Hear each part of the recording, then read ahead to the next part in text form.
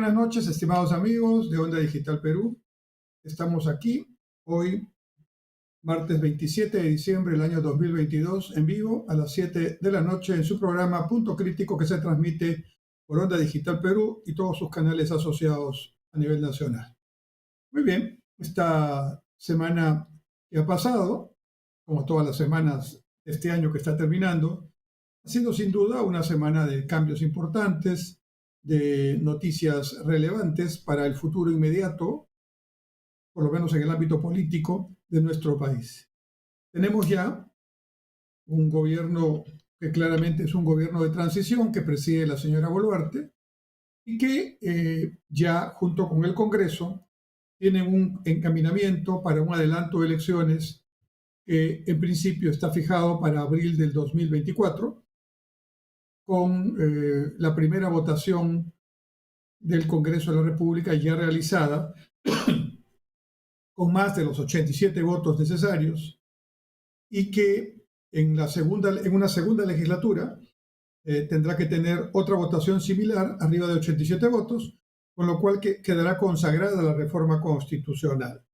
Y por lo tanto, a partir de ese momento, la presidenta Boluarte podrá, digamos, ya dar por iniciado el proceso electoral, que no es un tema sencillo, requiere todo un proceso, todo un calendario para que sea transparente, para que sea legal, para que no nos sorprendan en este proceso electoral y entonces se pueda respetar el voto de cada uno de los ciudadanos peruanos.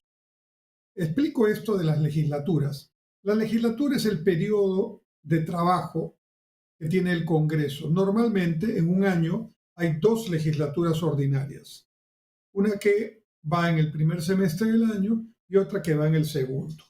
¿Sí?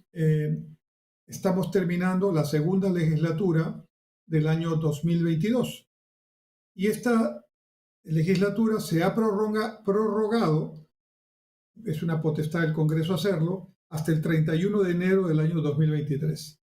¿Por qué es importante esta prórroga?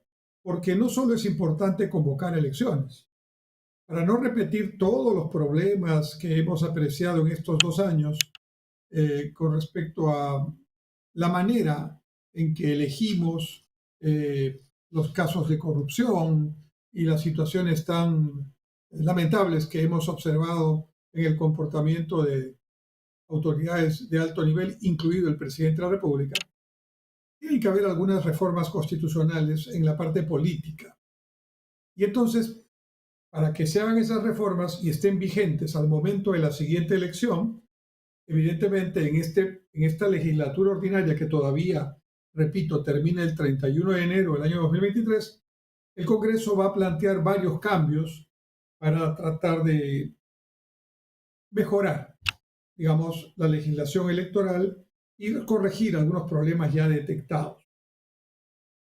Entonces, esa es la razón por la cual se ha prorrogado hasta el 31 de enero y considero que es correcta esta prórroga hasta el 31 de enero de la legislatura, porque la legislatura siguiente empieza el 1 de febrero del año 2023.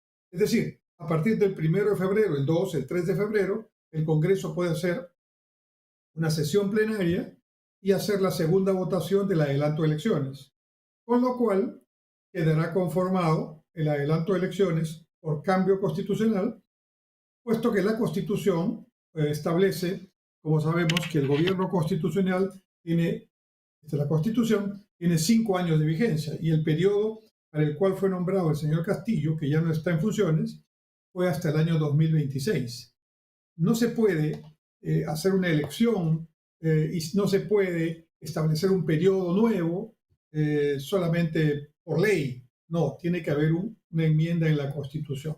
Por esa razón es que se está produciendo esta situación que estoy comentando. Entonces, con respecto al adelanto de elecciones, la primera parte ya está sancionada. Es decir, ya se hizo la primera votación, ya esta votación superó los 87 votos necesarios y ahora, en los primeros días de febrero del año próximo, en la primera legislatura ordinaria del año 2023, que será, para efectos de este adelanto de elecciones, la segunda legislatura consecutiva, entonces allí se tendrá que volver a poner al voto y si obtiene, como es de suponer, nuevamente más de 87 votos, queda consagrada la reforma constitucional que permite el adelanto de elecciones. Algunos grupos, algunas personas dicen, no, la queremos dentro de 2 meses, dentro de 3 meses. Eso no se puede hacer, aunque se quisiera, porque hay que respetar la Constitución. En el momento en que no respetemos la Constitución, en un artículo, en un acápite, ya estamos fuera de democracia, ya estamos en dictadura. Así es como funcionan las cosas en la democracia y en los gobiernos constitucionales en el Estado de Derecho. Por eso, cuando el señor Castillo decidió hacer un autogolpe, él mismo se impuso su etiqueta de dictador y él mismo cerró su gobierno al infringir claramente, flagrantemente, el artículo constitucional que prohíbe cerrar el Congreso sin los apremios que la propia Constitución establece, que en el único caso en que el presidente puede cerrar el Congreso es cuando el Congreso le ha quitado la confianza a 2 gabinetes consecutivos, situación que no había ocurrido. De manera que hasta los propios seguidores de Castillo, sus ministros y congresistas, ya saben que esto fue un autogolpe, está claro, y aunque intentaron al principio adornarlo, y todavía hay algunos que siguen en las redes diciendo, no, esto no fue autogolpe, fue al revés, le hicieron un golpe a él, eso no es verdad. La verdad es lo que estamos diciendo aquí, con datos, con la Constitución en la mano. Entonces, con la misma Constitución hay que resolver el impasse. Entonces, primera parte, se adelanta las elecciones, es decir, el gobierno elegido y el Congreso elegido hasta el 2026, una vez que se apruebe esta segunda votación en febrero del próximo año, ya se acorta automáticamente su mandato y ya no va hasta julio del 2026, sino va hasta julio del 2024. Es decir, en marzo se hacen las elecciones, de repente hay segunda vuelta electoral, eso se hará como siempre ocurre, marzo, abril la primera vuelta, seguramente junio la segunda vuelta y julio el traspaso al siguiente gobierno democráticamente elegido. Ya están todos los plazos nuevamente encajados. Pero ¿qué pasa si nos quedamos aquí y solamente adelantamos elecciones y no cambiamos lo que hay que cambiar? Por ejemplo, uno de los temas puntuales que hay que cambiar, ¿no?, es el artículo 117 de esta Constitución, en el sentido que el artículo dice así: el presidente de la República solo puede ser acusado durante su periodo por traición a la patria, un elemento, ¿no?, por impedir elecciones presidenciales, parlamentarias o regionales, segunda razón, por disolver el Congreso, tercera razón, por eso Castillo ya no está, ¿no?, y por impedir la reunión o funcionamiento del Jurado Nacional de Elecciones y otros organismos electorales. Ya, aquí hay que agregar una quinta razón.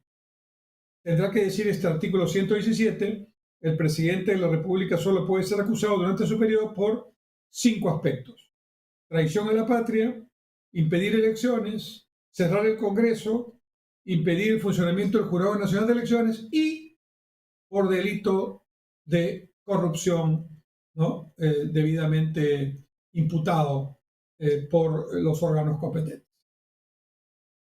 Esta es una de las modificaciones que hay que hacer, porque de lo contrario vamos a tener el mismo problema que tuvimos con el señor Castillo, que sabíamos tenía serias y graves acusaciones de corrupción en su gobierno e incluso, de acuerdo a la información que hoy existe, las declaraciones de sus ex colaboradores, incluso con él mismo, ¿no?, cometiendo el delito, que no se podía invocar este artículo 117 porque no estaba previsto una situación de corrupción en el ejercicio mientras fuera presidente. Eso hay que corregir. Después, creo que hay que hacer otras correcciones. Vamos a ver si están los votos. Pero claramente me parece a mí que hay que tratar de lograr una reforma positiva en los partidos políticos. Creo que los partidos políticos tienen que ser repensados, reformados, de manera tal que los requisitos para ingresar a la contienda electoral, desde mi punto de vista, deben ser menos exigentes, para que haya más partidos y no siempre sean las mismas caras, los mismos discursos de siempre los que nos acompañen en las elecciones, que haya nuevas generaciones, nuevas propuestas, ¿no? Pero los requisitos para mantenerse como partido político deben ser más exigentes. En ese sentido, los partidos políticos obligatoriamente tienen que hacer elecciones internas, muchos de los cuales no las hacen o las hacen solamente por requisito, pero no por convicción. Creo que deben tener también los partidos políticos la obligación de preparar nuevos cuadros, de preparar nuevos dirigentes, sino que se entornillen siempre los mismos, ¿no? Creo que los partidos políticos deben tener la obligación de hacer propuestas actualizadas que recojan el interés ciudadano de los temas que le interesan a la ciudadanía. ¿Cuáles son los temas que les interesan a los ciudadanos, a ustedes que me están viendo y escuchando? ¿Las pugnas políticas entre los poderes del Estado? No, a ustedes les interesa que haya empleo, les interesa que no les roben en la calle, les interesa que tengan tranquilidad, que sus hijos puedan ir seguros a la escuela o a la universidad, les interesa que tengan ingresos sostenidos, les interesa que tengan servicios básicos de calidad, educación de calidad, salud de calidad. Eso es lo que les interesa a ustedes. Entonces, ¿qué plantean los partidos políticos, que son la base de la democracia, para esos temas? Para salirnos de esta mediocre agenda que solo plantea como único tema, como monotema, ¿no? Unos el cambio de la Constitución y otros solamente determinados temas de corte político. Eso no es lo que le interesa a la gente. Y los partidos políticos son los grandes ausentes en este tema y tienen que obligatoriamente hacer propuestas. Y creo que debería también la Constitución señalar claramente la obligación que tienen los partidos políticos de presentar propuestas serias con la antelación debida, debidamente concordadas con el acuerdo nacional, debidamente concordadas con los planes estratégicos de largo plazo que el Perú tiene, con la propia constitución política, debidamente estudiados en cuanto a los tiempos, la manera, el cómo se va a desarrollar y con qué financiamiento se va a sostener estas propuestas. Y esas propuestas ya seriamente planteadas, debidamente articuladas, los candidatos tienen que llevarlas a la contienda electoral y eventualmente quien salga elegido tiene la obligación de cumplirlo.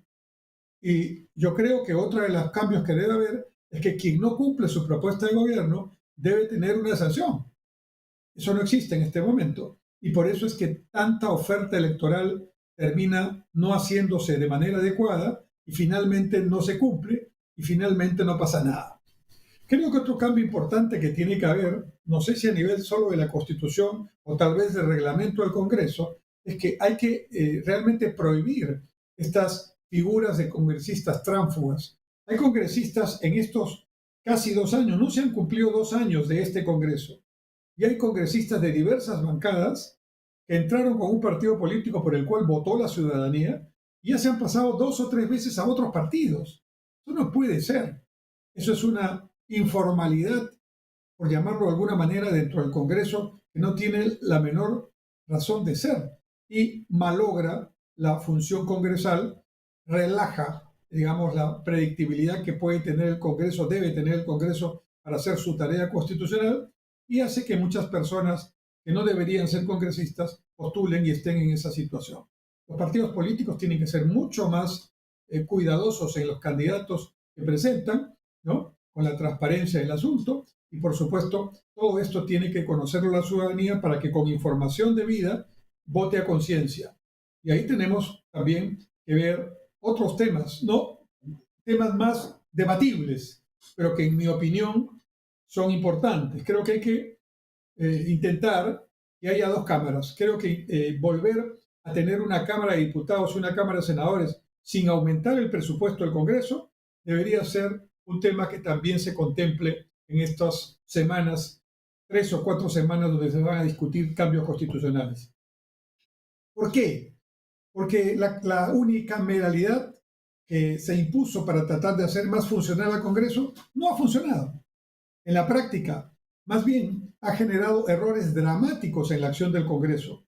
Y como no hay balance, como no hay una cámara reflexiva, que sería el Senado, que corrija los errores que pudiera cometer la Cámara de Diputados o Cámara Joven, entonces el error va por vía expresa hasta la promulgación de alguna ley, y eso no es lo que hay que hacer, porque en democracia, seriamente, no se puede andar a precipitadamente. Hay que tratar de hacer las cosas bien, transparentemente y a tiempo, pero no forzando situaciones y menos siguiendo el antojadizo punto de vista de algún grupo en particular, de alguna, incluso de algún partido. Todo lo que se consigue dentro de una democracia se consigue con votos y de una manera adecuada. No se puede imponer la posición de uno contra el otro con intransigencia, con ideología o con lo que sea. Creo que también hay que ver el tema del voto preferencial. El voto preferencial es una institución que se creó, en realidad fue una propuesta en su momento de los militares para tratar de evitar que Haya de la Torre tuviera una votación importante en la Asamblea Constituyente que dio a luz la Constitución de 1979. No cumplió su objetivo con Haya de la Torre, porque Haya de la Torre fue el más votado en esa ocasión, pero sí quedó instituida, y desde mi punto de vista y en base a la práctica, creo que le hace mucho daño a la democracia. Y voy a explicar por qué. Miren, en teoría, que nosotros los ciudadanos podamos votar por el partido que nos plazca, pero al mismo tiempo por los candidatos de nuestra preferencia, es bastante democrático, ¿verdad? Claro que lo es. Pero las condiciones en las cuales nuestro país sostiene su democracia todavía son muy débiles. Y en base a este principio, que en teoría, repito, tiene un objetivo muy positivo, en la práctica esto ha servido, discúlpenme la expresión, para prostituir el voto. Voy a explicarlo. Miren, hoy en día un partido político tiene que presentar a su lista de candidatos para el Congreso o para las regidurías de un municipio o para los, digamos, integrantes del Consejo Regional, los consejeros de un gobierno regional. Ya. Entonces, las listas que presenta cada partido o cada movimiento regional, porque también hay movimientos regionales, no solo son partidos políticos, y hay movimientos distritales también, depende del tipo de elección. Entonces, las listas van con unos números, ¿no? En el caso de la votación nacional para congresistas, estos números, ¿no? Uno los elige, y por lo tanto, si hay, por decir, 30 o 40 congresistas por Lima, yo voto por el número 5 y por el número 18, y si tiene suficientes votos esos números entran a pesar de que no son los primeros números. Bien, en el caso de los municipios, la cosa funciona de otra manera. El alcalde, el candidato alcalde o la candidata alcaldesa propone su lista y va a la lista con un número en orden correlativo. Y de acuerdo a la proporción de la votación, el partido puede tener más o menos regidores o más o menos consejeros en función, repito, a la votación alcanzada. Pero en el caso de los municipios, el que gana siempre tiene el 50% más uno, es decir, siempre tiene la mayoría para poder gobernar. Si no, sería ingobernable este tema. Y el resto de regidores está en función de las proporciones de las votaciones alcanzadas en cada provincia o distrito. En cambio, en el Parlamento la cosa es muy diferente. Los partidos proponen una lista en un orden, pero la población es la que decide quiénes entran. Entonces, los partidos pasan a un segundo lugar. Eso ha debilitado muchísimo a los partidos políticos y ha contribuido, no es el único factor, pero ha contribuido también a su desgracia, porque creo que los partidos están en una crisis que ha tocado fondo. Entonces, ¿qué sucede? Una vez que el candidato o candidata es posesionado ante el Jurado Nacional de Elecciones o ante el Jurado Provincial correspondiente, con el número que corresponda, por ejemplo, un candidato al Congreso con el número 7 y en la misma lista una candidata al Congreso con el número 15. Con el sistema que se rige actualmente, si la candidata que tiene el número 15 obtiene más votos que el candidato con el número 5, entra la número 15 y no entra el número 5.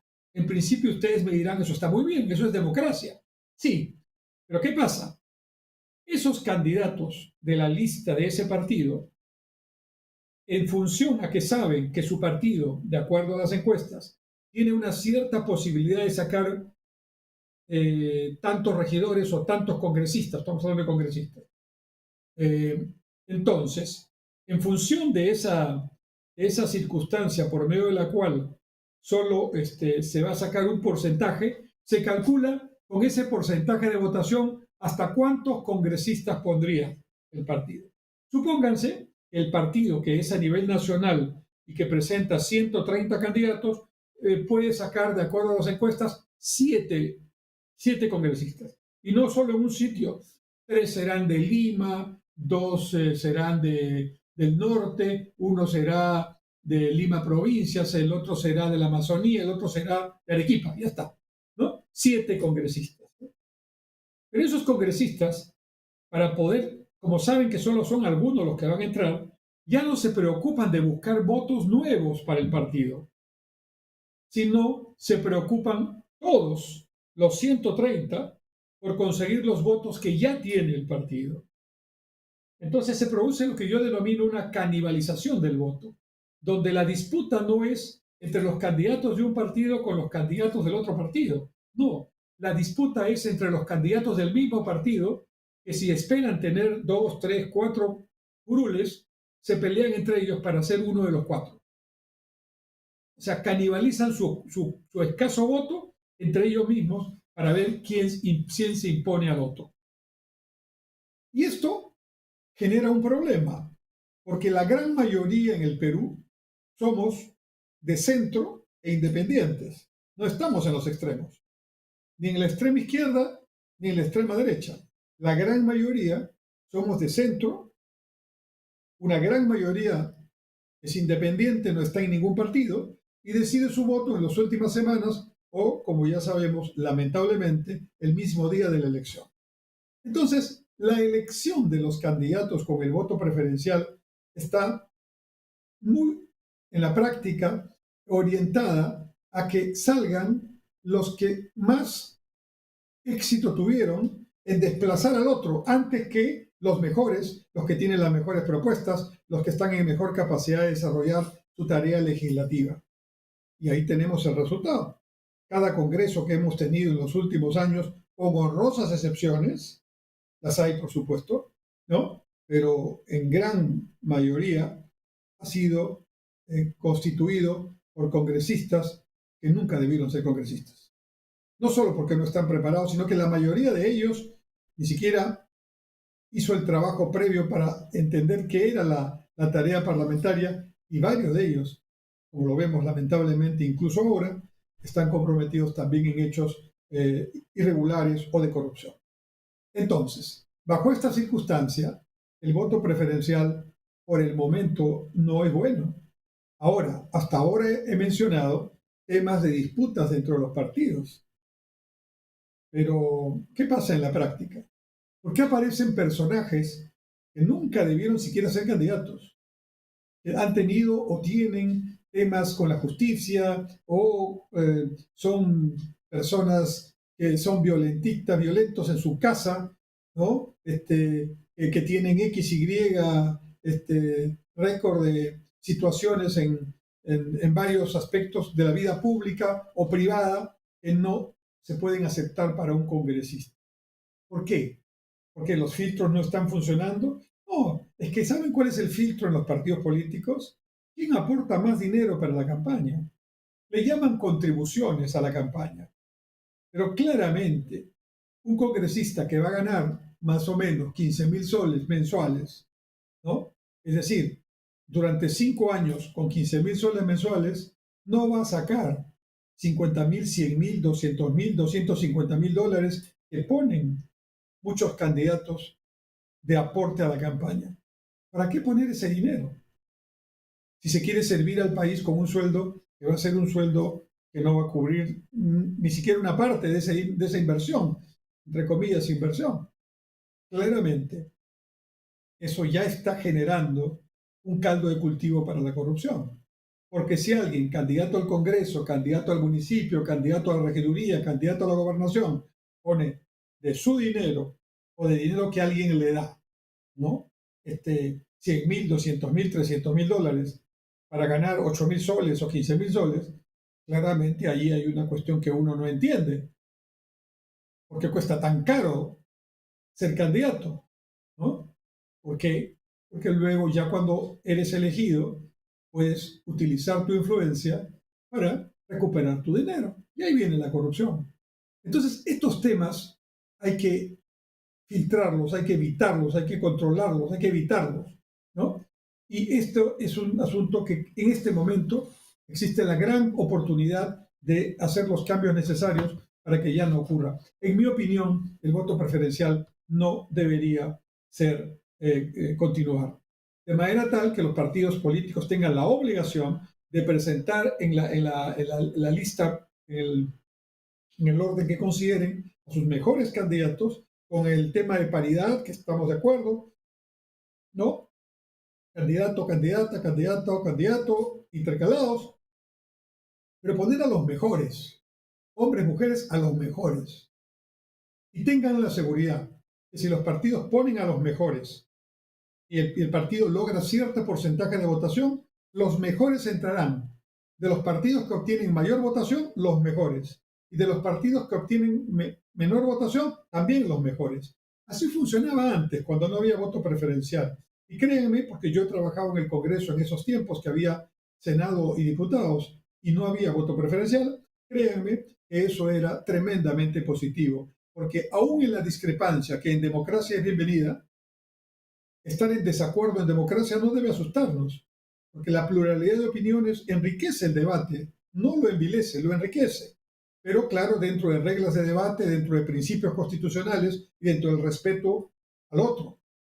Pero esos debates que habían entre posiciones políticas divergentes, ideológicamente muy, muy lejanas, pero de altura, con conocimientos, ¿no? Significaban que el Congreso levantaba su nivel y por lo tanto empezaba a recuperar, digamos, o tenía una confianza que hoy ya no tiene. Es necesario recuperar esa confianza. Ahí tienen otro tema que tiene que ser revisado también.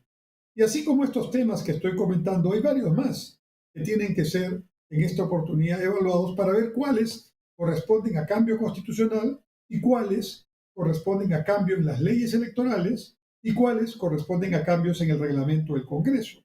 Porque claramente yo creo que hay que hacer algo en ese nivel. Y también creo que deberíamos hacer algunos cambios en el sistema electoral para asegurar transparencia, independencia de los poderes, pero transparencia y sobre todo algo que no debe ocurrir, estimados amigos, en futuras elecciones, y este es el momento para cambiarlo. ¿Qué es? ¿Recuerdan ustedes hasta en la última elección que todavía semanas antes, 2, 3 semanas antes del día de la elección, no sabemos que algunos candidatos son candidatos? Por ejemplo, recuerden ustedes en la elección al municipio de Lima Metropolitana hace poco, eh, en octubre de este año, recuerdan, hubo elecciones para alcaldes y regidores y gobernadores, ¿verdad? Ya. Recuerdan que en el debate final apareció una candidata de un partido, creo que era de Avanza País, que nadie conocía, que no había hecho campaña, y apareció e incluso dijo algunas cosas interesantes, pero fue una sorpresa su aparición. Y faltaba una semana para la elección. ¿Por qué aparecía como candidata?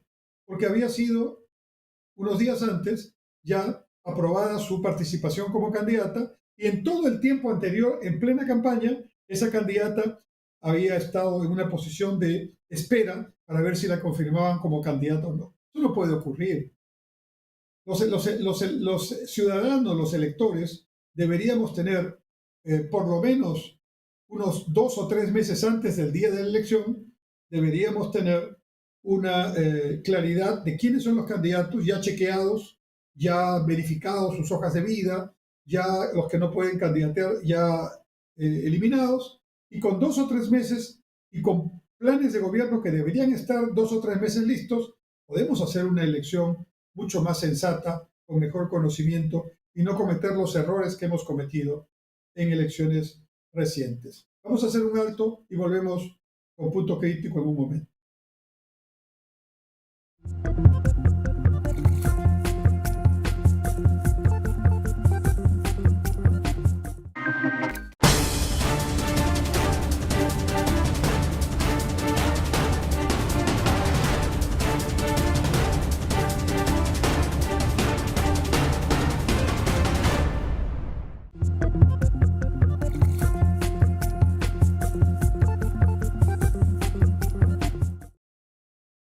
Estamos de vuelta en Punto Crítico, su programa de análisis económico, político y social, que se transmite en vivo todos los martes a las 7 de la noche por Onda Digital Perú y sus canales asociados.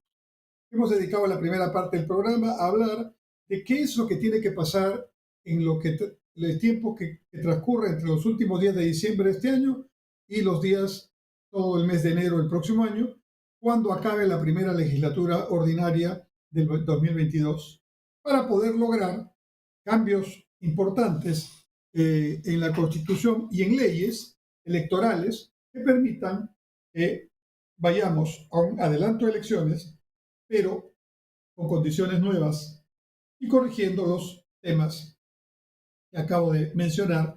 Son algunos de ellos, no son todos, que nos permitan tener elecciones más limpias, más seguras, más confiables, más transparentes, mejores candidatos, mejores propuestas, y entonces todos ganamos. Eso se trata.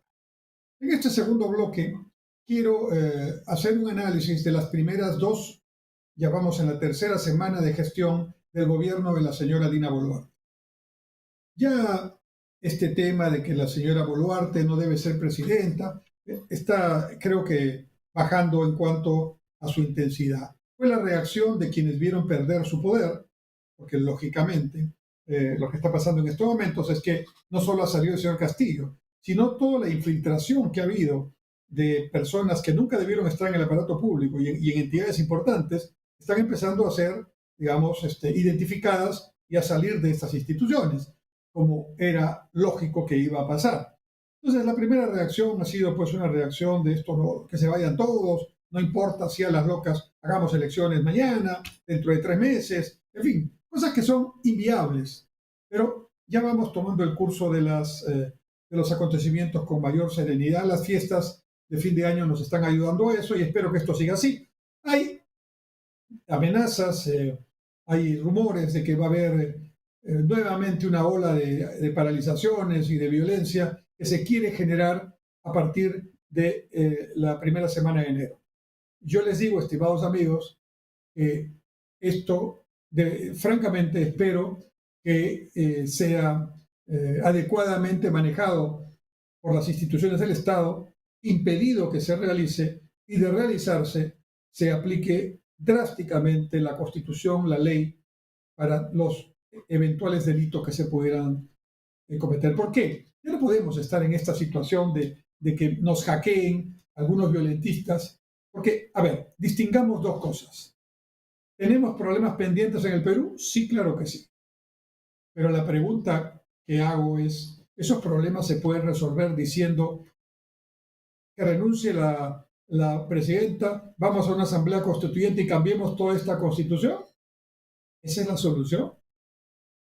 Yo aquí invito de una manera elegante a quien quiera debatir, por supuesto, en términos, digamos, adecuados, transparentes, de respeto, con argumentos, ¿no?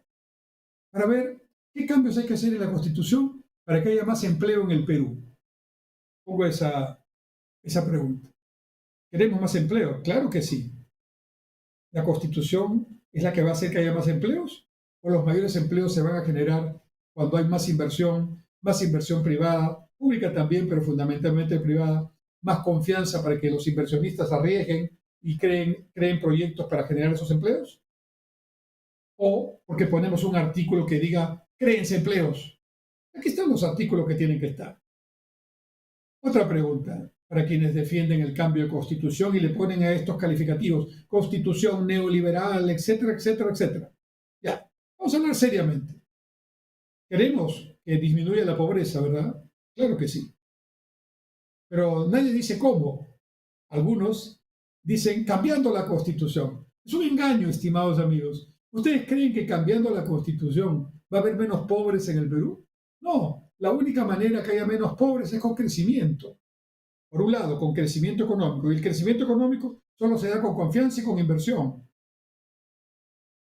Y la otra manera es que los muy pobres, el Estado, reformado y modernizado, no un Estado que se vuelve burocrático, no, reformado y modernizado, y con los impuestos que dispone, con los recursos provenientes de los impuestos que salen de la generación de riqueza de la actividad privada, ¿no? Con esos impuestos, genere las condiciones básicas para que esta población, que aun cuando hay crecimiento no sale de la pobreza, pueda empezar a salir de la pobreza, dando educación de calidad allí en las zonas pobres, dando salud preventiva de calidad allí en las zonas pobres, creando infraestructura básica de caminos, puentes, carreteras, ¿no? Allí en las zonas pobres, integrando a las poblaciones más alejadas de nuestro país, haciendo que haya verdadera justicia y seguridad ciudadana para esas familias pobres. Eso no tiene que hacer el Estado, pero eso el Estado no lo hace cambiando la Constitución, lo hace cumpliendo la ley. Bueno, entonces, ¿qué es lo que ha hecho el gobierno de la señora Boluarte en estas 3 semanas? Bueno, para empezar, ya cambió un gabinete, porque claramente la señora Boluarte, en la rapidez con que tuvo que definir a sus ministros, definió a un primer ministro que todo hace ver no tenía el perfil y el carácter para manejar políticamente una situación que fundamentalmente tiene mucho de crisis política. No es lo único, pero claramente ese perfil no lo tenía. Entonces, ha tenido que hacer una remoción en el gabinete, habían renunciado 2 ministros también, y aprovechó para confirmar a la mayoría y poner a algunos otros miembros con un perfil técnico como los demás, pero también con un perfil político. De manera que ahora tenemos un gabinete presidido por el señor Otárola, que es una persona con experiencia de gobierno, ha sido ministro de Estado en otro gobierno y es una persona que tiene un basamento profesional y una experiencia internacional muy clara. Entonces, ahora su talante político para manejar estas situaciones, siempre con la Constitución en la mano, siempre buscando el diálogo y no la imposición, pero también haciendo que se respete la autoridad y que el Estado de Derecho no sea en nombre de la lucha contra la pobreza y la desigualdad, debilitado, como quieren algunos violentistas. Entonces, ese balance, ese equilibrio es el gran desafío que tiene el señor Otárola en adelante para desarrollar su tarea como presidente del Consejo de Ministros, que finalmente, políticamente, lo que tiene que hacer quien ejerce la presidencia del Consejo de Ministros es sacar a quien ejerce la presidencia, en este caso a la señora Boluarte, digamos, del bull, sacarla del tema del conflicto político y llevar una parte de ese conflicto hacia su gestión para liberar a la presidenta que pueda dedicarse a los grandes temas de gobierno, porque este es un asunto que también debemos decir. En medio de esta crisis política no ha habido gobierno. Entonces, el primer asunto que debemos rescatar de las 3 semanas de la señora Boluarte es que ya notamos que hay un control digamos, de la gestión, es decir, ya se está empezando a gobernar. ¿Cómo lo vemos? Porque los ministros ya empiezan a ir a declarar y a hacer cosas de su gestión. Nosotros veíamos ministros de Cultura, de Trabajo, de Comercio Exterior y otros más que no hablaban de sus carteras, no gobernaban, no ejercían su tarea ministerial, solo se dedicaban a defender al entonces presidente Castillo.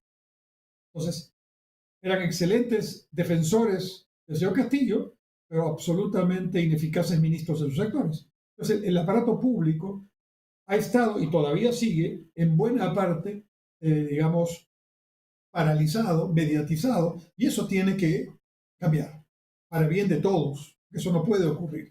Entonces los ministros, segundo elemento, han empezado ya a ejercer sus funciones. Todos tienen, la verdad que es un gabinete bastante especializado y técnico, todos tienen experiencia y perfil para sus tareas ministeriales y consecuentemente eso da un buen augurio de que en este momento tan difícil, en este contexto tan complicado, pueden reorientar los temas hacia una conducción que empiece a gobernar. La valla que dejó el señor Castillo y quienes lo acompañaron ha sido tan baja que con que empiecen a hacer un gobierno medianamente, digamos, adecuado, Ya se va a notar la diferencia muy pronto. Ya se está notando. Tercero, creo que lógicamente tenían que hacer lo que están haciendo y estamos enterándonos en este momento, ¿no? Tenían que identificar y sacar a los funcionarios que el señor Castillo empezó masivamente a poner en el aparato público, solo con el objetivo de hacer trabajo político, pero que no tenían ninguna característica, posibilidad, experiencia, preparación para las tareas que el perfil suponía debían tener. Y esto Contraloría ya lo había advertido en muchos casos, pero no se daba abasto para ver todos.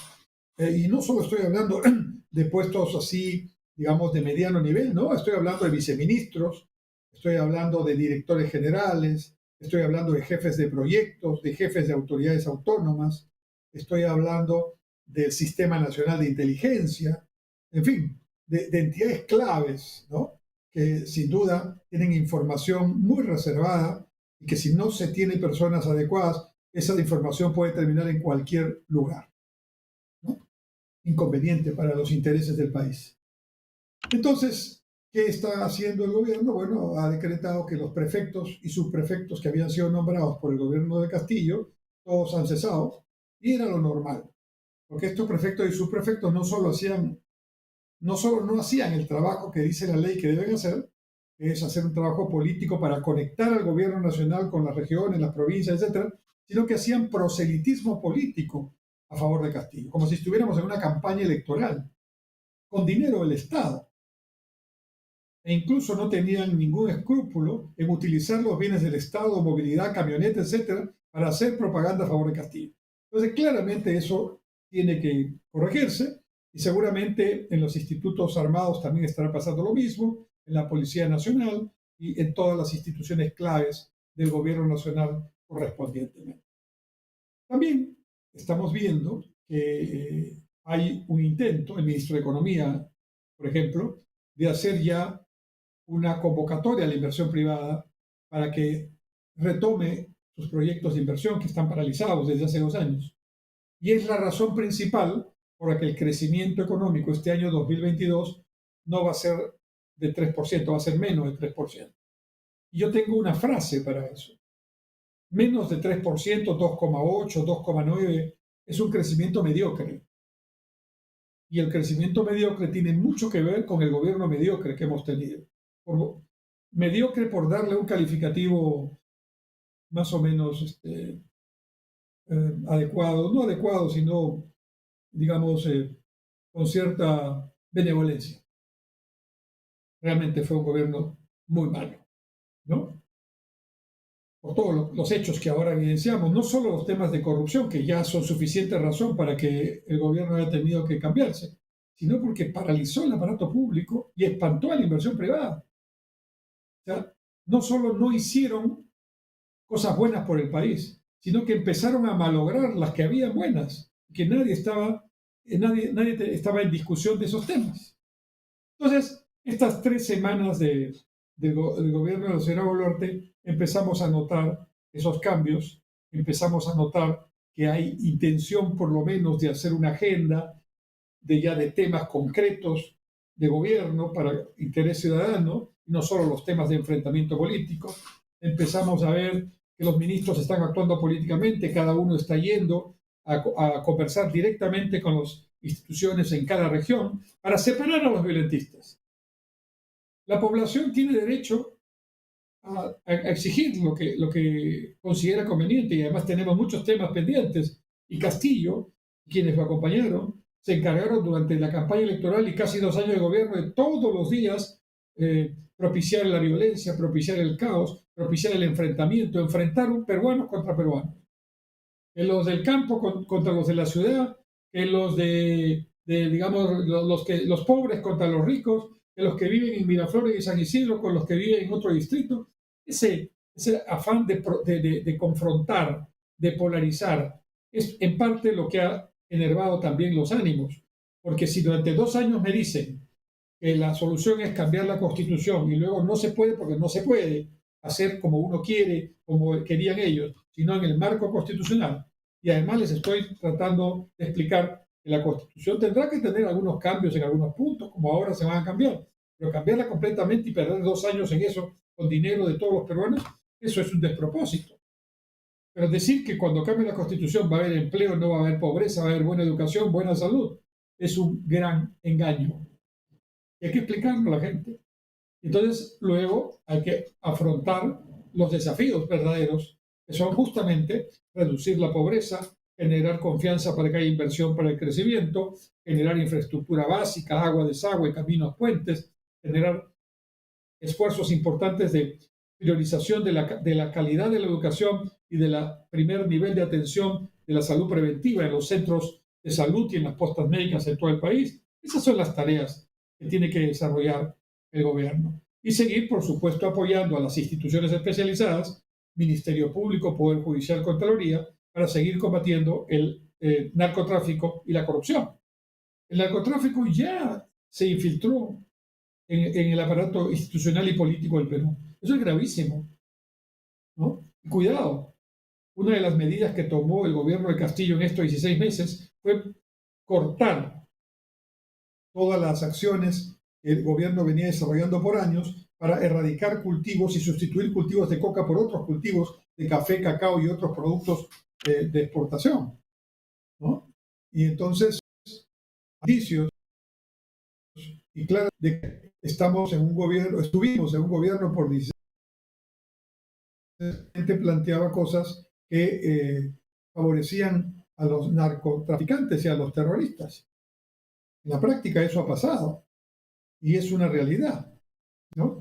Ustedes saben, estimados amigos, que uno de los, vamos a decir, una de las acciones del Estado a través del Comando Conjunto de las Fuerzas Armadas y la Policía Nacional más efectivas de los últimos 10 años ha sido la Operación Patriota, ¿no?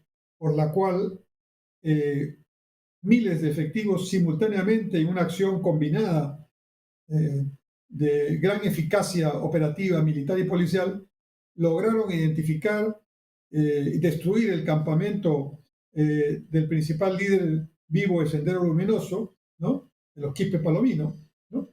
Y aparentemente incluso a herir buena parte o de su comando de acción, de su grupo más cercano, y aparentemente herido a él también. Es decir, fue un golpe muy duro para el narcotráfico. Ustedes saben que esa operación Patriota fue una operación secreta y que la Fuerza Armada no se la comunicó al presidente, porque si se la comunicaba al presidente existía la posibilidad de que el presidente, a través del mismo, de alguno de los personajes que lo acompañaban, me refiero al señor Castillo, de trasladar esa información secreta a quienes iban a ser atacados que son personas que van contra la ley y la Constitución. En ese nivel estábamos, ¿no? La Operación Patriota fue un éxito. ¿Y qué dijo el señor Castillo de la Operación Patriota? ¿No? Creo que dio una declaración muy, muy escueta como para cumplir, ¿no?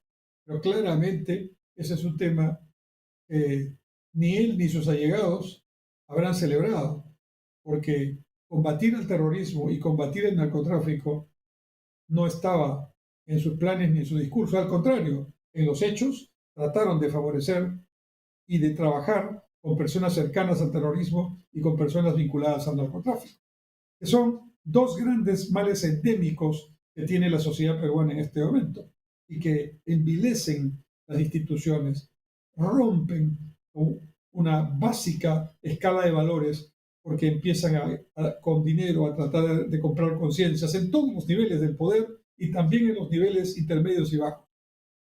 De manera que si algo tiene que hacer este gobierno de transición y los próximos gobiernos constitucionales y democráticos es dar una lucha frontal, inteligente, democrática y con la Constitución en la mano, pero defendiendo el Estado de Derecho y la democracia contra el narcotráfico, contra los rezagos del terrorismo y contra la corrupción vinculada a estas fuentes ilícitas de dinero. Vamos a hacer un último espacio y volvemos en la última parte del programa.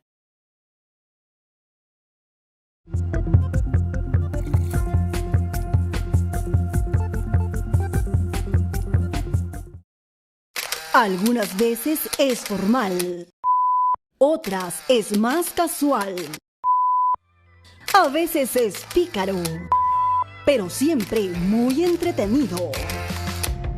Por fin es hoy, con Hamilton Segura, por Onda Digital Perú, canal 18.4, también por Cable Más, canal 791 y por Facebook.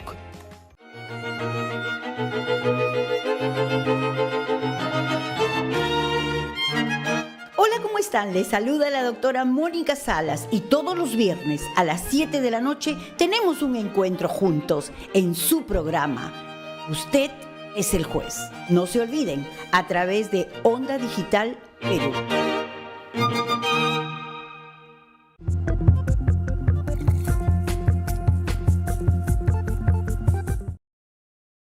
En este último bloque de Punto Crítico, algunas reflexiones sobre el año que termina, el 2022, y algunas esperanzas para el año 2023.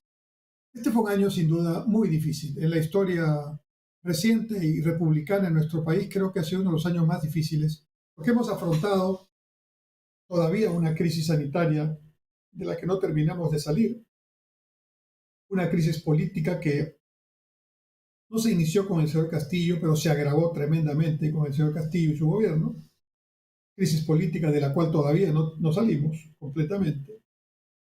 Una crisis económica producto de esta situación interna, pero también de una crisis internacional que en mucho estuvo alimentada por la guerra generada por Rusia contra Ucrania y que impactó de manera muy decisiva en el mercado internacional del petróleo, haciendo subir el petróleo, en el mercado de los alimentos y en el mercado de los fertilizantes, todo lo cual originó impactos claros en la economía peruana y en todo el mundo, que han llevado a una situación que hoy tenemos en el mundo, una alta inflación. El Perú ha tenido durante más de 20 años inflación anual no mayor al 2 o 3%. Y en este momento estamos cerrando el año con una inflación de alrededor, poco más del 8%. No estamos como otros países que están con inflaciones mucho más altas, pero tampoco estamos como deberíamos estar.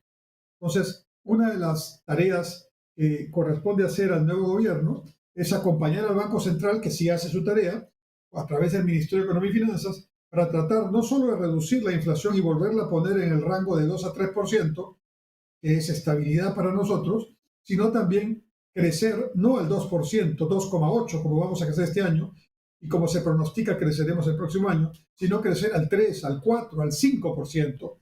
Eso es lo que tenemos que hacer en el Perú. Esa es una tarea de los partidos políticos, los candidatos, los políticos, los analistas, debemos plantear cómo crecer el doble o el triple en el Perú. Abajo la demagogia, dejemos al costado el populismo y la ignorancia que muchas veces viene acompañado de ellas. Y pongamos propuestas en la mesa.